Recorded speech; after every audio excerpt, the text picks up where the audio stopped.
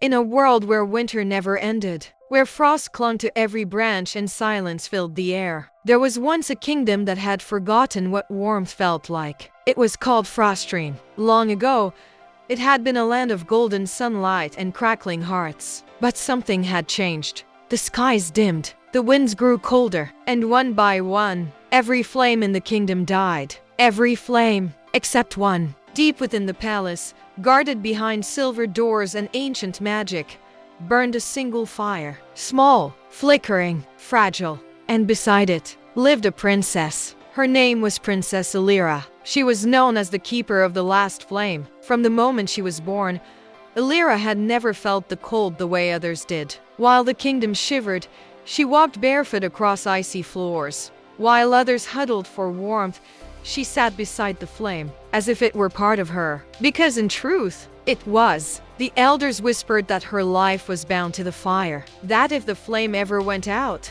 so would she. And so, Elira spent her days watching it, protecting it, living beside it. But she was never allowed to leave. The world outside is too dangerous, the king would say. If the flame is lost, everything is lost. So the princess grew up in a room of warmth, in a kingdom of endless cold. Years passed, and the flame grew weaker. Its light dimmed, its warmth faded, and with it, Elira began to change. She grew quieter, slower, as if something inside her was slipping away. One night, as the winds howled louder than ever, a strange figure appeared at the palace gates. He was wrapped in furs, his breath visible in the frozen air. A traveler, a survivor. His name was Kale. "I've seen lands beyond your kingdom," he told the guards, "places where fire still lives." The word spread like wildfire through the palace. Fire, beyond Frostream. Impossible. But Elira heard, and for the first time in her life, she felt something stronger than fear. Hope. That night, she stood before the fading flame. It flickered weakly, as if it too was waiting. "I can't stay here," she whispered. "If I do, we both disappear." And so, for the first time, the princess of the last flame stepped beyond the palace walls. The cold hit her like a storm, sharp, relentless, alive, but she did not turn back.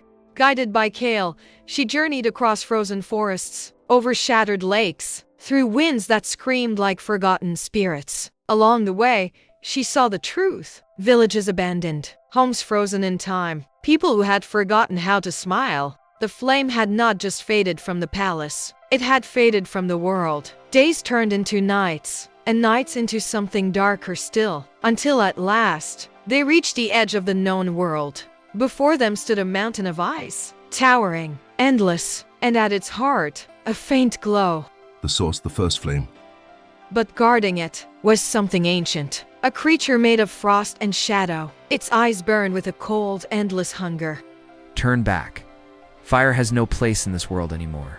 Kale stepped forward, but the cold pushed him back. This was not his battle. Elira stepped ahead, alone. "I am the last flame, and I won't let the world go dark." The warden roared, summoning a storm of ice. The wind clawed at her, the cold tried to consume her. And for a moment, she faltered, because the truth was, she was afraid. But then she remembered the flicker of the flame, the warmth she had always carried, the hope she had almost lost. And she understood. The flame was never meant to be locked away. It was meant to be shared. She closed her eyes and let it go. A burst of golden fire erupted from her chest, bright, fierce, alive. It spread across the ice, melting, cracking, awakening something long forgotten. The warden howled as the frost began to fade. Not destroyed, but transformed. The storm softened, the wind quieted, and the first flame blazed once more. But Elira collapsed. The fire around her dimmed, her light fading. Kale ran to her side. "You did it," he said. "The world is warm again." Elira smiled faintly. "It was never mine to keep," she whispered. And then, her light went out. Spring returned to Frostream. Snow melted, rivers flowed. Life began again. But the princess of the last flame was gone. Or so they believed. Because deep within the mountain, where the first flame now burned brighter than ever, a new light flickered. Not trapped, not fading, free. And in every hearth lit across the kingdom, in every fire that warmed a cold night, There was a piece of her, a reminder that true warmth doesn't come from holding on, but from giving everything you have to light the way for others. What you protect can fade, but what you share can change the world. True strength lies not in preserving light for yourself, but in spreading it, even at great cost.